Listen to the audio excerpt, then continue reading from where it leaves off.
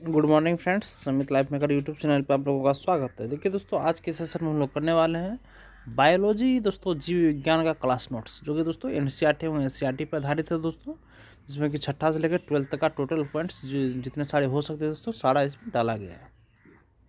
जिसमें कि देखिए दोस्तों, अभी तक में हम लोग इसका टोटल श्वसन, पादपों में उत्सर्जन, ये सब दोस्तों हम लोग का पादपों ये सब दोस्तों जंतुओं ये सब दोस्तों खत्म हो चुका है। आज दोस्तों हम लोग नेक्स्ट चैप्टर करने वाले हैं दोस्तों, जंतुओं में जनन। देखिए फ्रेंड्स, जंतुओं में जनन। देखिए friends, reproduction in animals, reproduction in दोस्तों एनिमल्स। देखिए दोस्तों, जंतुओं में जनन, रिप्रोडक्शन इन जनन में दोस्तों पहला जो है दोस्तों पॉइंट, जनन रिप्रोडक्शन। सजीवों द्वारा अपने समान संतति उत्पन्न करने की क्रिया को क्या कहते हैं फ्रेंड्स? इसे जनन कहते हैं। यह दो प्रकार का होता है फ्रेंड्स। यह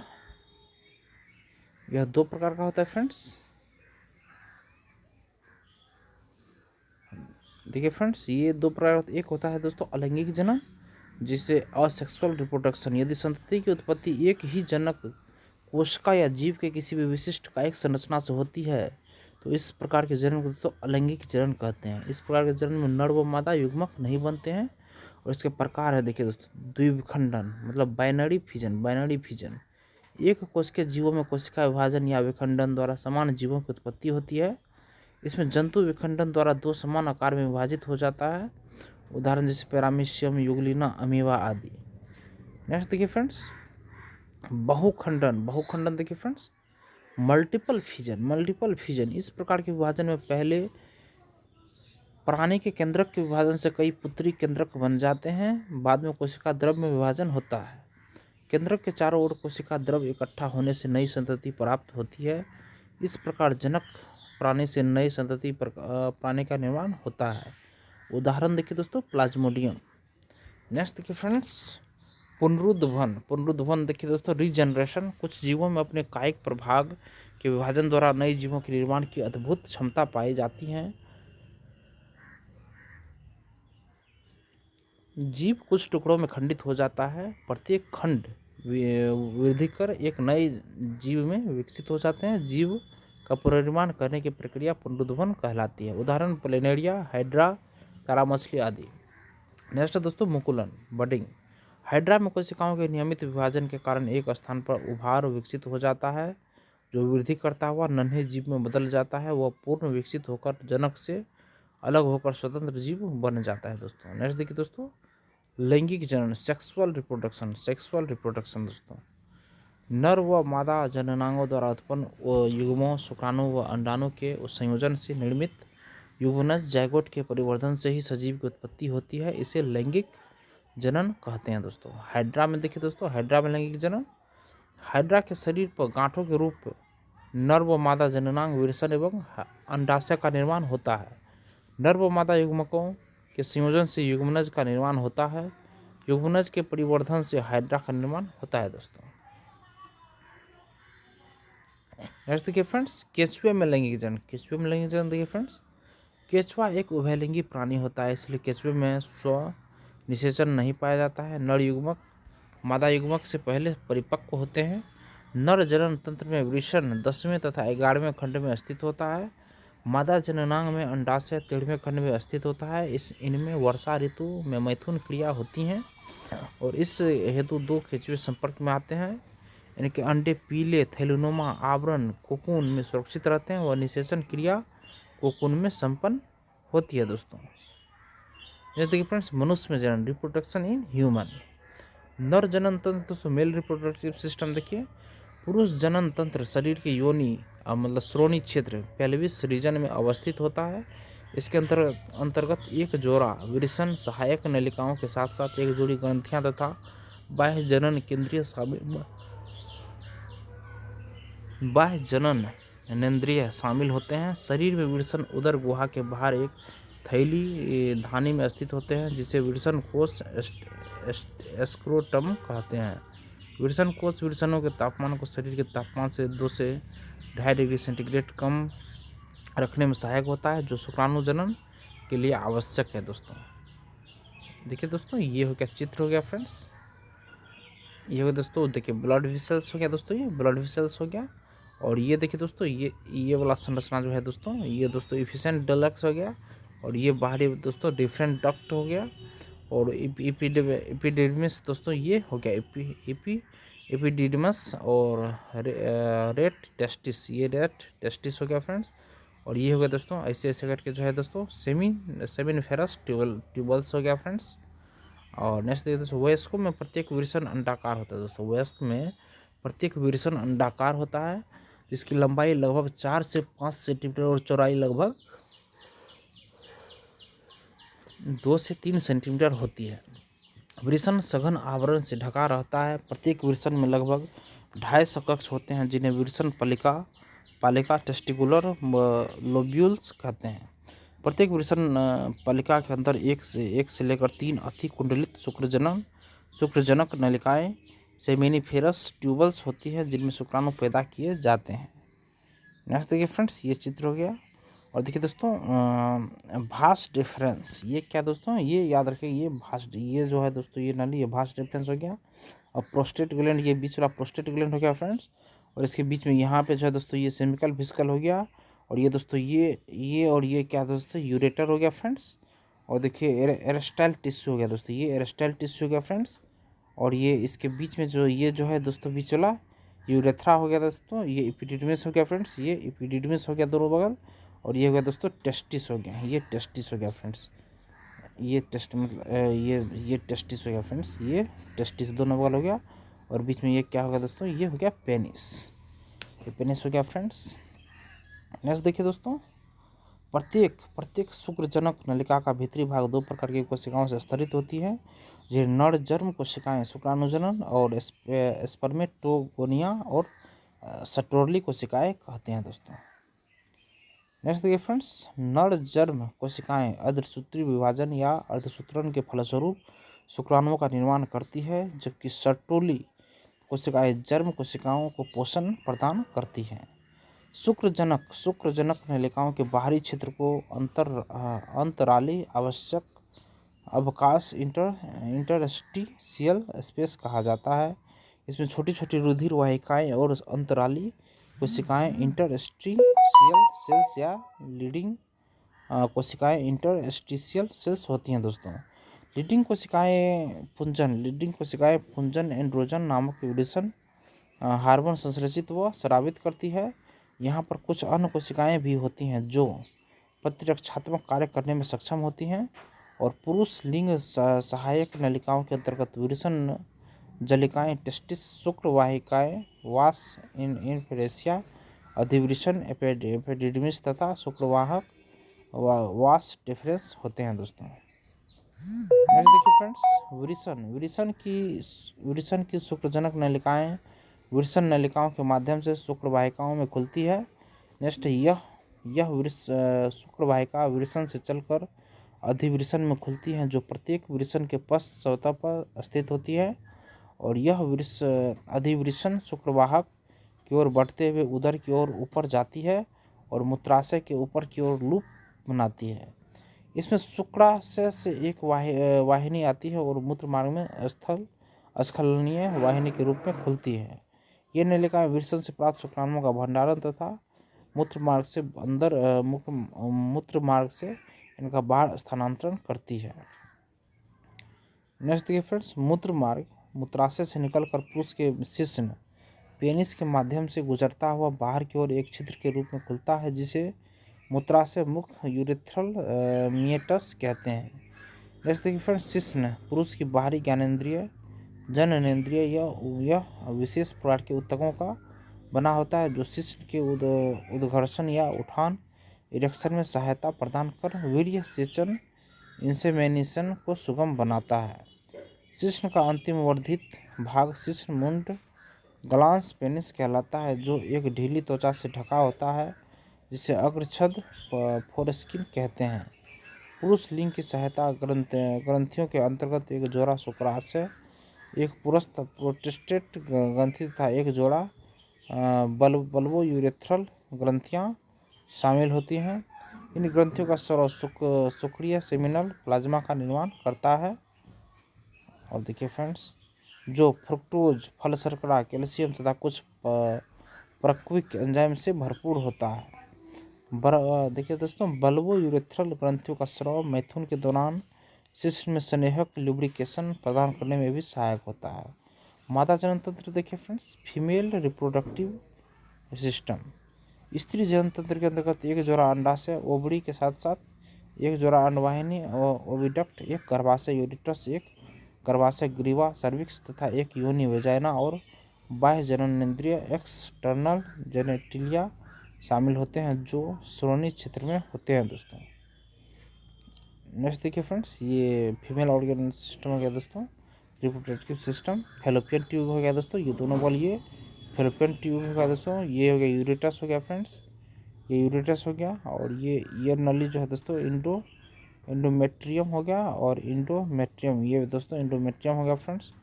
और यहाँ पे दोस्तों, यहाँ पे क्या हो गया दोस्तों, ये कर्विक्स हो गया फ्रेंड्स, कर्विक्स। नेक्स्ट देखिए फ्रेंड्स, जनन तंत्र के ये सभी अंग एक जोड़ा स्तन ग्रंथियों मेमोरी ग्लैंड्स के साथ संरचनात्मक तथा क्रियात्मक रूप में संयोजित होते हैं, जिसके फलस्वरूप अंडोत्सर्ग, ओव्यूलेशन, निषेचन, फर्टिलाइजेशन, सगर्भता, प्रेगनेंसी, शिशुजन तथा शिशु की देखभाल की प्रक्रियाओं में सहायता मिलती है। अंडाशय स्त्री के प्राथमिक लैंगिक अंग है जो स्त्री युग्मक अंडाणु, ओवम और कई स्टेरॉयड हार्मोन अंडाशयी हार्मोन उत्पन्न करते हैं, और उदर के निचले भाग के दोनों ओर एक एक अंडाशय स्थित होते हैं। प्रत्येक अंडाशय की लंबाई 2 से 4 सेंटीमीटर के लगभग होती है, और यह श्रोणि भित्ति या गर्भाशय से स्नायुओं लिगामेंट्स द्वारा जुड़ा होता है। प्रत्येक अंडाशय एक पतली उपकला एपिथेलियम से ढका होता है, जो कि अंडाशय पीठिका ओवेरियन स्ट्रोमा से जुड़ा होता है।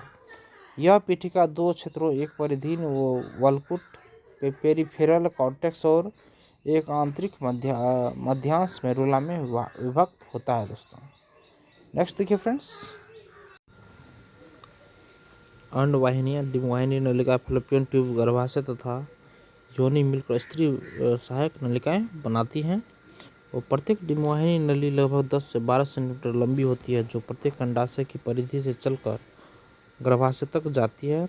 अंडाशय के ठीक पास डिम्बवाहिनी का हिस्सा कीप के आकार का होता है, जिसे कीपक इफंडीमुलम कहा जाता है। इस कीपक के किनारे अंगुली सदृश प्रक्षेप प्रोजेक्शन होते हैं, जिसे झालर फेम्ब्री कहते हैं। अंडोत्सर्ग के दौरान अंडाशय से उत्सर्जित अंडाणु को संग्रह करने में ये झालर सहायक होते हैं। कीपक आगे चलकर अंडवाहिनी के एक चौड़े भाग में खुलता है, जिसे तुम्बिका एम्पुला कहते हैं। अंडवाहिनी अंतिम भाग संकीर्ण तथा स्थमस में एक संकरी अवकाशिका ल्यूमेन होती हैं, जो गर्भाशय को जोड़ती हैं। गर्भाशय केवल एक होता है और इसे बच्चादानी वूम्ब भी कहते हैं। गर्भाशय का आकार उल्टी रखी गई नाशपाती जैसा होता है। यह श्रोणि भित्ति से स्नायुओं द्वारा जुड़ा होता है। गर्भाशय एक पतला ग्रीवा द्वारा योनि में खुलता है। ग्रीवा की गुहा को ग्रीवा नाल सर्वाइकल कैनाल कहते हैं, जो योनि के साथ मिलकर जन्मनाथ बर्थ कैनाल की रचना करती है। गर्भाशय की भित्ति ऊतकों की 3 परत वाली होती है। बाहरी पतली झिल्लीमीय स्तर को परिगर्भाशय परिमेट्रियम, मध्य मोटी चिकनी पेशीय स्तर को गर्भाशय पेशी स्तर मायोमेट्रियम और आंतरिक ग्रंथिल स्तर को गर्भाशय अंतः स्तर एंडोमेट्रियम कहते हैं, जो गर्भाशय गुहा को स्तरित करती है। आर्तव चक्र में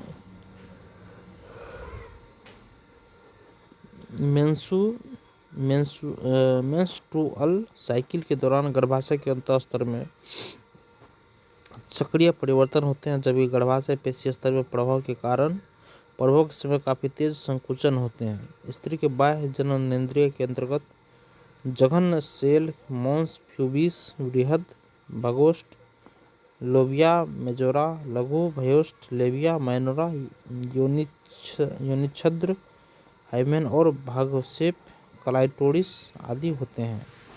जघन शैल वसा में ऊतकों से बनी एक गद्दी सी होती है जो त्वचा और जघन बालों से ढकी होती है।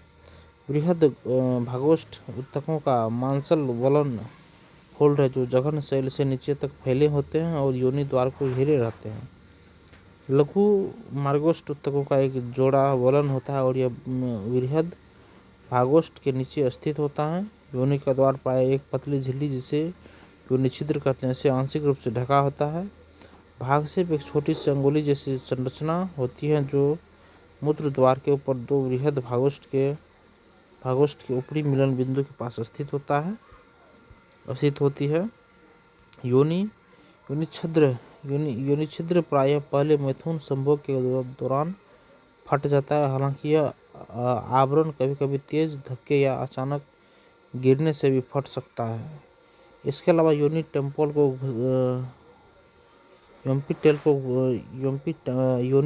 को घुसेड़ने या फिर घोड़े पर चढ़ने या साइकिल चलाने आदि खेल-कूद की सक्रिय भागीदारी से भी फट सकता है। कुछ औरतों का योनि छिद्र संभोग के बाद भी बना रहता है, इसलिए योनिच्छद्र के होने अथवा न होने की बात को किसी स्त्री के कुमारी वर्जिनिटी या यौन अनुभवों का वास्तविक सूचक नहीं माना जाना चाहिए। कार्यशील अस्तर ग्रंथि सभी मादा स्तनधारियों का अभिलक्षण है। अस्तर ग्रंथियां अस्तर युग्म संरचना है जिसमें ग्रंथिल, ऊतक और विभिन्न मात्रा में वसा होते हैं।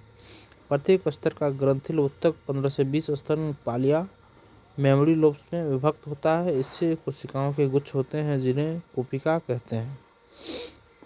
कुपिकाओं की कोशिकाओं से दुग्ध स्रावित होता है और जो कुपिकाओं की गुहाओं अवकाशिकाओं में एकत्र होता है।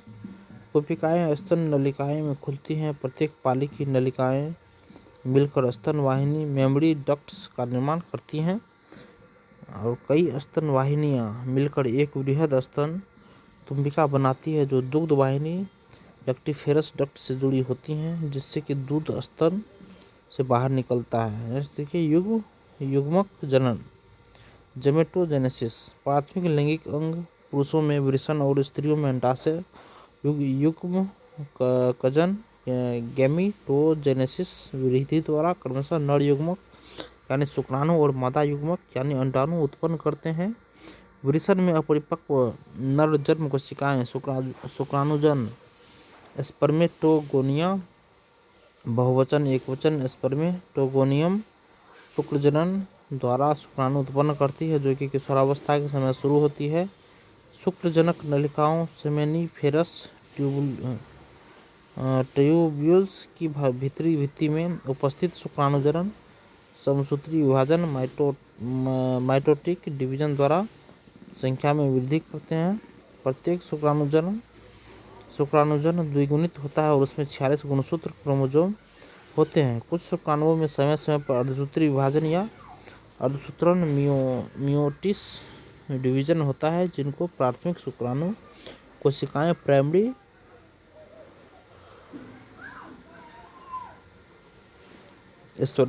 स्पर्मेटोसाइट्स कहते हैं। एक प्राथमिक शुक्राणु कोशिका प्रथम अर्धसूत्री विभाजन न्यूनकारी विभाजन को पूरा करते हुए दो समान अगुणित कोशिकाओं की रचना करते हैं जिन्हें द्वितीय शुक्राणु कोशिकाएं सेकेंडरी स्पर्मेटोसाइट्स कहते हैं। इस प्रकार उत्पन्न प्रत्येक कोशिका में 23 गुणसूत्र होते हैं। द्वितीय शुक्राणु कोशिकाएं दूसरे अर्धसूत्री विभाजन से गुजरते हुए 4 बराबर अगुणित शुक्राणु प्रसू स्पर्मेटिड्स पैदा करते हैं। शुक्राणु प्रसूओं में गुणसूत्रों की संख्या कितनी होनी चाहिए? शुक्राणु प्रसू रूपांतरित होकर शुक्राणु स्पर्मेटोजोआ स्पर्म बनाते हैं और इस प्रक्रिया को शुक्राणुजनन स्पर्मियोजेनेसिस कहा जाता है। शुक्राणुजनन के पश्चात शुक्राणु शीर्ष सर्टोली कोशिकाओं में अंतः स्थापित एम्बेडेड हो जाता है और अंत में जिस प्रक्रिया द्वारा शुक्राणु शुक्रजनक नलिकाओं से मोचित रिलीज होते हैं उस प्रक्रिया को वीर्य सेचन स्पर्मिएशन कहते हैं। शुक्र जनन प्रक्रिया की किशोरावस्था यौवनारंभ से होने लगती है, क्योंकि इस दौरान गोनेडोट्रोपिन रिलीजिंग हार्मोन GnRH के स्रावन में काफ़ी वृद्धि हो जाती है। देखिए फ्रेंड, नेक्स्ट है, यह एक अधिचेतक हाइपोथैलेमिक हार्मोन है। मोनेडोट्रोपिन रिलीजिंग हार्मोन के स्तर में वृद्धि के कारण यह अब पीयूष ग्रंथि एंटीरियर पिट्यूटरी ग्लैंड पर कार्य करता है तथा दो गोनेडोट्रोपिन हार्मोन पीत पिंडकार ल्यूटिनाइजिंग हार्मोन LH और पुटकोदीपक हार्मोन फॉलिकल स्टिपुलेटिंग हार्मोन SH के स्रवण को उद्दीपित करता है। LH लीडिंग कोशिकाओं पर कार्य करता है और पुंजनों एंड्रोजेंस के संश्लेषण और स्रवण को उद्दीपित करता है। इसके बदले में पुंजन शुक्राणुजनन की प्रक्रिया को उद्दीपित करता है।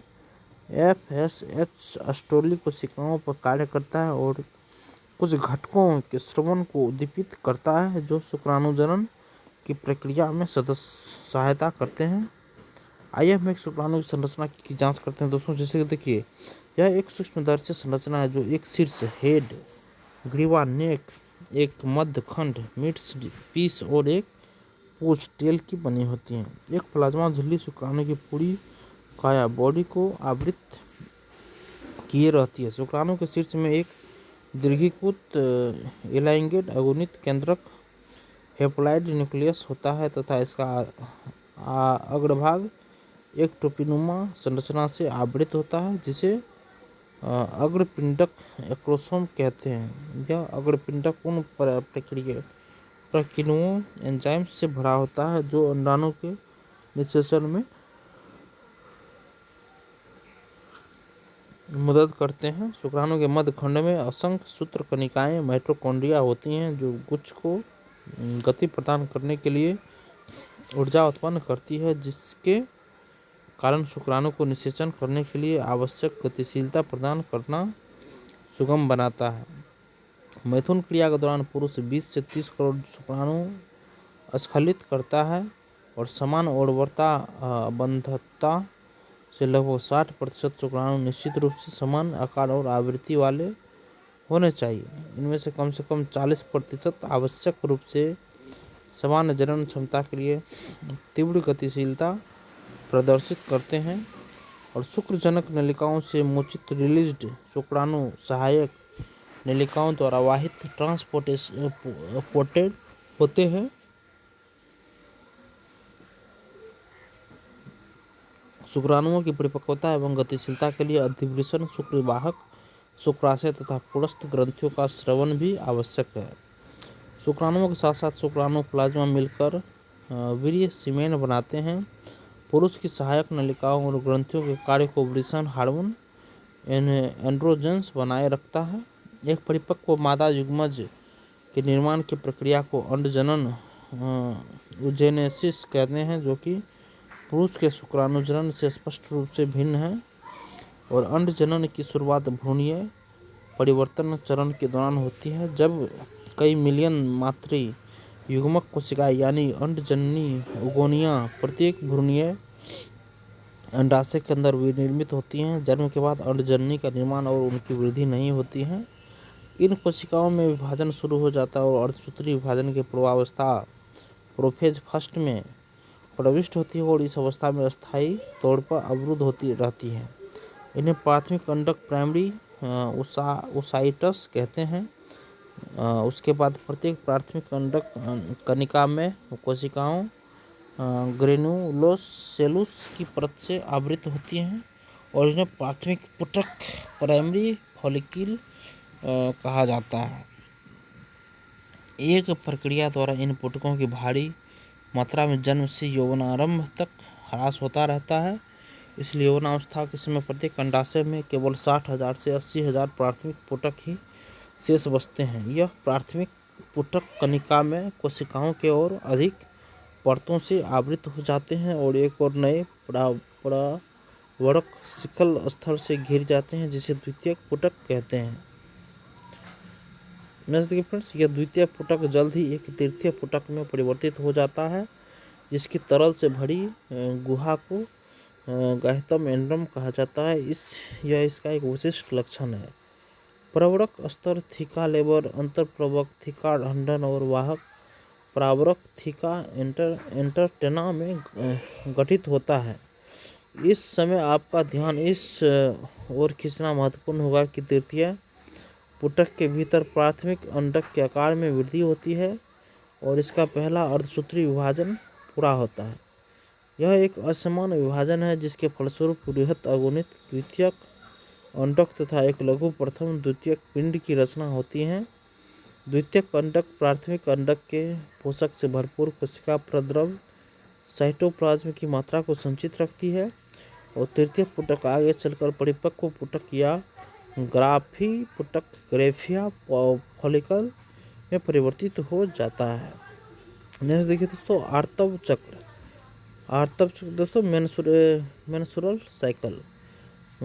मादा प्राइगेटो यानी बंदर, कपी एवं मनुष्य आदि में होने वाले जनन चक्र की आर्तव चक्र, ग्रेजुअल ग्लाइकल या समान जनों की भाषा में मासिक धर्म या सहचारी कहते हैं। प्रथम ऋतुजाल रजोधर्म ग्रेजुएशन की शुरुआत यौवनारंभ पर शुक्र होती है, जिसे रजोदर्शन मनाके कहते हैं। स्त्रियों में यह आवर्त चक्र प्रायः 28 से 29 दिनों की अवधि के बाद दोहराया जाता है, इसलिए एक रजोधर्म से दूसरे रजोधर्म के बीच घटना चक्र को आर्तव चक्र मेंस्ट्रुअल साइकिल कहा जाता है। प्रत्येक आर्तव चक्र के मध्य में एक अंडाणु उत्सर्जित किया जाता है या अंडोत्सर्ग होता है। आर्तव चक्र की प्रमुख घटनाओं को चित्र 3.9 में देखिए दोस्तों दर्शाया गया है। आर्तव चक्र की शुरुआत आर्तव प्रावस्था से होती है, जबकि रक्तस्राव होने लगता है। यह रक्तस्राव 3 से 5 दिनों तक जारी रहता है।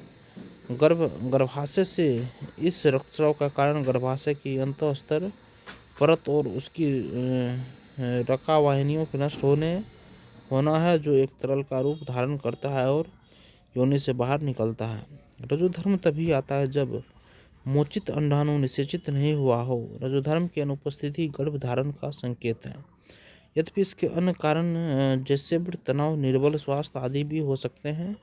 आर्तव प्रावस्था के बाद पुटकीय प्रावस्था आती है। इस प्रावस्था के दौरान गर्भाशय के भीतर के प्राथमिक पुटक में वृद्धि होती है और यह एक पूर्ण ग्राफी पुटक बन जाता है तथा इसके साथ साथ गर्भाशय में प्रचुरोद्भवन प्रोलिफरेशन के द्वारा गर्भाशय अंतः स्तर पर पुनः पैदा हो जाता है। अंडाशय और गर्भाशय के ये परिवर्तन पीयूष ग्रंथि तथा अंडाशयी हार्मोन की मात्रा के स्तर में बदलावों से प्रेरित होते हैं। पुटक प्रावस्था के दौरान गोमेडोट्रोपिक्स LH एवं FSH का स्रवण धीरे धीरे बढ़ता है और यह स्राव पुटक परिवर्तन के साथ साथ वर्धमान पुटक द्वारा एस्ट्रोजन के स्रवण को उद्दीपित करता है। LH तथा FSH दोनों ही आर्तव चक्र के मध्य लगभग 14वें दिन अपनी उच्चतम स्तर को प्राप्त करते हैं और मध्य चक्र के दौरान LH का तीव्र स्रवण जब अधिकतम स्तर पर होता है तो इसे LH सर्ज कहा जाता है। यह ग्राफी पुटक को फटने के लिए प्रेरित करता है, जिसके कारण अंडाणु मोचित हो जाता है, यानी अंडोत्सर्ग ओवुलेशन होता है। अंडोत्सर्ग के पश्चात पीत प्रावस्था होती है, जिसके दौरान ग्राफी पुटक का शेष बचा हुआ भाग पीत पिंड कार्पस ल्यूटियम का रूप धारण कर लेता है। और नेक्स्ट देखिए फ्रेंड्स, यह पीत पिंड भारी मात्रा में प्रोजेस्टेरोन स्रावित करता है, जो कि गर्भाशय अंतःस्तर को बनाए रखने के लिए आवश्यक है। इस प्रकार गर्भाशय अंतःस्तर निषेचित अंडाणु के अंतरोपण, इम्प्लांटेशन तथा सगर्भता की अन्य घटनाओं के लिए आवश्यक है। सगर्भता के दौरान आर्तव चक्र की सभी घटनाएं बंद हो जाती हैं, इसलिए इस समय रजोधर्म नहीं होता है। जब निषेचन नहीं होता है तो पीत पिंड में ह्रास होता है और यह अंतःस्तर का विखंडन करता है, जिससे कि फिर से रजोधर्म का नया चक्र शुरू हो जाता है और यानी माहवारी पुनः होती है। स्त्री में यह आर्तव चक्र 50 वर्ष की आयु के लगभग बंद हो जाती है। इस स्थिति को रजोनिवृत्ति मेनोपॉज कहा जाता है। इस प्रकार रजोदर्शन से लेकर रजोनिवृत्ति की अवस्था में चक्र या रजोधर्म सामान्य जनन अवधि का सूचक है। निषेचन एवं अंतरोत्सन फर्टिलाइजेशन एंड इम्प्लांटेशन स्त्री एवं पुरुष के संभोग मैथुन के दौरान शिश्न द्वारा शुक्र वीर्य स्त्री की योनि में छोड़ा जाता है, यानी वीर्य सेचन होता है। गतिशील शुक्राणु तेजी से तैरते हुए गर्भाशय गिरिवा से होकर गर्भाशय में प्रवेश करते हैं और अंततः अंडवाहिनी नली के तुम्बिका एम्पुल क्षेत्र तक पहुंचते हैं। इसी बीच अंडाशय द्वारा मोचित अंडाणु भी तुम्बिका क्षेत्र तक पहुंच जाता है, जहां निषेचन की क्रिया संपन्न होती है। निषेचन तभी हो सकता है यदि अंडाणु तथा शुक्राणु दोनों एक ही समय में तुम्बिका क्षेत्र पर पहुंच जाए। यही कारण है जिससे कि सभी संभोग क्रियाएं निषेचन व सांद्रता की स्थिति में नहीं पहुंच पाती है। शुक्राणु के साथ एक अंडाणु के संलयन की प्रक्रिया को निषेचन फर्टिलाइजेशन कहते हैं दोस्तों। निषेचन के दौरान एक शुक्राणु अंडाणु के पारदर्शी अंडावरण जोना पेल्यूसिडा स्तर के संपर्क में आता है और अतिरिक्त शुक्राणुओं के प्रवेश को रोकने हेतु उसके उक्त स्तर में बदलाव प्रेरित करता है। इस प्रकार यह सुनिश्चित हो जाता है कि एक अंडाणु को केवल एक ही शुक्राणु निषेचित कर सकता है। अग्रपिंडक का स्रवण शुक्राणु की पारदर्शी अंडावरण के माध्यम से अंडाणु की कोशिका द्रव साइटोप्लाज्म तथा प्लाज्मा भित्ति में प्रवेश करने में मदद करता है। यह द्वितीय अंडक के अर्धसूत्री विभाजन को प्रेरित करता है। दूसरा अर्धसूत्री विभाजन भी असमान होता है और इसके फलस्वरूप द्वितीय ध्रुवीय पिंड सेकेंडरी पोलर बॉडी की रचना होती है और एक अगुणित अंडाणु डिंबाणु परशु या ओटीड बनता है। शीघ्र ही शुक्राणु का अंडाणु के अगुणित केंद्रक के साथ संलयन फ्यूजन होता है, जिससे कि द्विगुणित युग्मनज जाइगोट की रचना होती है। वैज्ञानिक रूप से यह कहना सत्य है कि एक शिशु के लिंग का निर्धारण उसके पिता द्वारा होता है, न कि माता के द्वारा। नेक्स्ट देखिए सगर्भता तथा भ्रूणीय परिवर्तन, प्रेगनेंसी एम्ब्रायोइक डेवलपमेंट। भ्रूण के अंतरोपण के पश्चात पोष कोरक और उंगली जैसी संरचनाएं उभरती हैं, जिन्हें जरायु अंकुरक कॉरियोनिक विलाई कहते हैं। ये जरायु अंकुरक गर्भाशयी उत्तक और मातृ उत्तक से आच्छादित होते हैं। जरायु अंकुरक और गर्भाशयी उत्तक एक दूसरे के साथ अंतरानुयुक्त इंटरडिजिटेटेड हो जाते हैं तथा संयुक्त रूप से परिवर्धनशील भ्रूण गर्भ और मातृ शरीर के साथ एक संरचनात्मक एवं क्रियात्मक इकाई को गठित करते हैं, जिन्हें अपरा प्लेसेंटा कहा जाता है। अपरा भ्रूण को ऑक्सीजन तथा पोषण की आपूर्ति एवं कार्बन डाइऑक्साइड तथा भ्रूण द्वारा उत्पन्न उत्सर्जी एक्सक्रीटरी अवशिष्ट पदार्थों को बाहर निकालने का कार्य करता है। यह अपरा एक नाभि रज्जु द्वारा भ्रूण से जुड़ा होता है, जो भ्रूण तक सभी आवश्यक पदार्थों को अंदर लाने तथा बाहर ले जाने के कार्य में मदद करता है।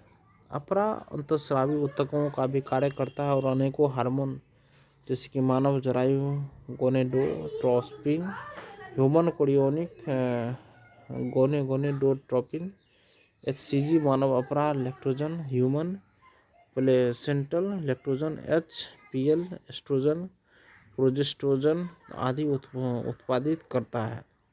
सगर्भता के उत्तरार्ध की अवधि में अंडाशय द्वारा रिलैक्सिन नामक एक हार्मोन भी स्रावित किया जाता है। हमें यह याद रखना चाहिए कि HCG, HPL और रिलैक्सिन स्त्री में केवल सगर्भता की स्थिति में ही उत्पादित होते हैं। इसके अलावा दूसरे हार्मोनों जैसे oestrogen, progestogen, cortisol, prolactin, thyroxine आदि की मात्रा सगर्भता के दौरान माता के रक्त में कई गुना बढ़ जाती है। इन हार्मोनों के उत्पादन में बढ़ोतरी होना भी भ्रूण वृद्धि, माता की उपापचयी क्रियाओं में परिवर्तनों तथा सगर्भता को बनाए रखने के लिए आवश्यक होता है। अंतरोपण के तुरंत बाद अंतर कोशिका समूह भ्रूण बाह्य त्वचा एक्टोडर्म नामक एक बाहरी स्तर और अंतर स्वच्छता एंडोडर्म नामक एक भीतरी स्तर में विभेदित हो जाता है।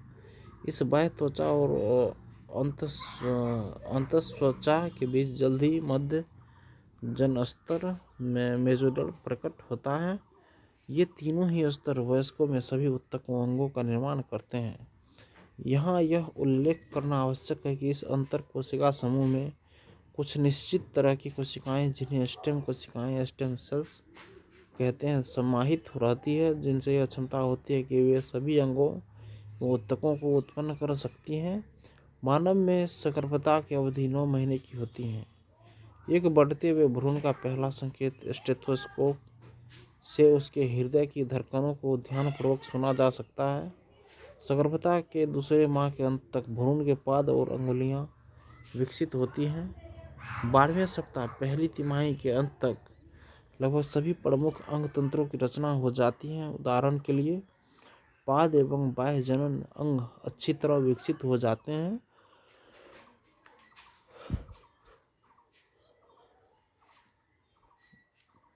गर्भावस्था के 5वें माह के दौरान गर्भ की पहली गतिशीलता और सिर पर बालों का उग आना सामान्यतः देखा जा सकता है। लगभग 24वें सप्ताह के अंत तक दूसरी तिमाही के अंत में पूरे शरीर पर कोमल बाल निकल आते हैं, आंखों की पलकें अलग अलग हो जाती हैं और बरौनियां बन जाती है। गर्भावस्था के 9वें माह के अंत तक गर्भ पूर्ण रूप से विकसित हो जाता है और प्रसव के लिए तैयार हो जाता है।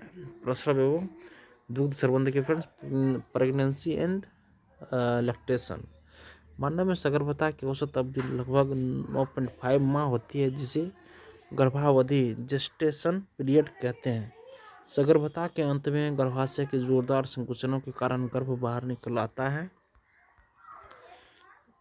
और गर्भ के बाहर निकलने की इस क्रिया को शिशु जन्म या प्रसव पर्ट्यूशन कहा जाता है। प्रसव एक जटिल तंत्रीय अंतःस्रावी न्यूरो इंडोक्राइन क्रियाविधि द्वारा प्रेरित होता है। प्रसव के लिए संकेत पूर्ण विकसित गर्भ एवं अपरा से उत्पन्न होते हैं, जो हल्के माइल्ड गर्भाशय संकुचनों को प्रेरित करते हैं, जिसे गर्भ उत्क्षेपण प्रतिवर्त फीटल इंजेक्शन रिफ्लेक्स कहते हैं। यह मातृ पीयूष ग्रंथि में ऑक्सीटोसिन के निकलने की क्रिया को सक्रिय बनाती है। ऑक्सीटोसिन गर्भाशय पेशी पर कार्य करता है और इसके कारण जोर जोर से गर्भाशय संकुचन होने लगते हैं। गर्भाशय संकुचन ऑक्सीटोसिन के अधिक स्रावन को उद्दीपित करता है और गर्भाशय संकुचनों तथा ऑक्सीटोसिन स्राव के बीच लगातार उद्दीपक प्रतिवर्त के कारण यह संकुचन तीव्र से तीव्रतर होता जाता है। इससे शिशु मां के गर्भाशय के जनन नाल द्वारा बाहर आ जाता है, यानी प्रसव संपन्न हो जाता है। शिशु के जन्म के तुरंत बाद ही अपरा भी गर्भाशय से बाहर निकल जाता है। आप क्या सोचते हैं, डॉक्टर प्रसव को प्रेरित करने के लिए इंजेक्शन देता है? स्त्री के स्तन ग्रंथियों में सगर्भता के दौरान कई प्रकार के बदलाव आते हैं और सगर्भता के अंत तक इनसे दूध उत्पन्न होने लगता है। इस प्रक्रिया को दूध स्रवण लैक्टेशन कहते हैं। यह माँ को अपने नवजात शिशु के आहार पूर्ति कराने में मदद कर देता है। दूध स्रवण के आरंभिक कुछ दिनों तक जो दूध निकलता है उसे प्रथम स्तन या खीस कोलेस्ट्रॉल कहते हैं, जिसमें कई प्रकार की प्रतिरक्षी एंटीबॉडी तत्व समाहित होते हैं, जो नवजात शिशु में प्रतिरोधी क्षमता उत्पन्न करने के लिए परम आवश्यक होते हैं। एक स्वच्छ शिशु की वृद्धि एवं विकास के लिए प्रसव के बाद आरंभ के कुछ माह तक शिशु को स्तनपान कराने की सलाह डॉक्टर देते हैं। कुछ स्त्रियां शिशु उत्पन्न करने में असमर्थ होती हैं क्योंकि उनमें निषेचन के लिए शुक्राणु मार्ग अवरुद्ध होने के कारण अंडाणु तक नहीं पहुंच पाते। ऐसी स्थिति में डॉक्टर चिकित्सक तथा अंडाणु शुक्राणु एकत्र करके उचित माध्यम कुछ घंटों के लिए एक साथ रखते हैं, जिससे आईवीएफ तथा इनविट्रो निषेचन शरीर से बाहर कृत्रिम निषेचन हो सके। अगर निषेचन हो जाता है तो युग्मनज को लगभग 1 सप्ताह तक विकसित किया जाता है, जिसके पश्चात उसे माता के गर्भाशय में स्थापित किया जाता है। माता के गर्भाशय में पूर्ण विकास होता है तथा शिशु का जन्म सामान्य शिशु की तरह ही होता है। इस तकनीक द्वारा शिशु का नाम लुइस जॉय ब्राउन था। वह पहले भारतीय प्रश्नली शिशु का नाम दुर्गा अग्रवाल था। रज चक्र मेंस्ट्रुअल साइकिल। यदि अंड कोशिका का निषेचन नहीं हो तो यह अंडोत्सर्ग के पश्चात 1 दिन तक ही जीवित रहती है, जिसके उपरांत गर्भाशय की आंतरिक भित्ति रक्तवाहिनियों के साथ टूटकर रक्त स्राव के रूप में बाहर निकलती है। इसे ऋतुधर्म कहते हैं, जिसकी अवधि 4 से 7 दिन तक होती है तथा प्रत्येक 28 से 30 दिन के अंतराल पर यह होता है। इस प्रकार इसे रज चक्र कहते हैं। इसके प्रारंभ को रजोदर्शन कहते हैं। यह जनन काल के आरंभ होने का संकेत है। अब देखिए मध्य चक्र है। Oestrus cycle. अधिकांश स्तनियों में प्रजनन काल एक निश्चित ऋतु में होता है, जिसे मध्य चक्र या प्रजनन काल कहते हैं। उदाहरण बिल्ली, गाय आदि। देखिए दोस्तों, इसी के साथ हमारा ये जंतु जनन ये फ्रेंड्स ये हमारा टॉपिक खत्म होता है। और कल के सेशन में फ्रेंड्स हम लोग करेंगे इससे अगला टॉपिक जो हम लोग का है। देखिए जंतुओं में जनन ये खत्म हो गया दोस्तों, 15 नंबर टॉपिक। और कल के सेशन में दोस्तों हम लोग का होगा पादपों में जनन, रिप्रोडक्शन इन प्लांट्स। तो सेशन दोस्तों अगर आप लोगों को अच्छा लगा सेशन तो दोस्तों सेशन को लाइक ज़रूर कीजिए और किसी एक ग्रुप में इसको शेयर कीजिए फ्रेंड्स, और चैनल को सब्सक्राइब कीजिए। धन्यवाद दोस्तों, आपका दिन शुभ हो।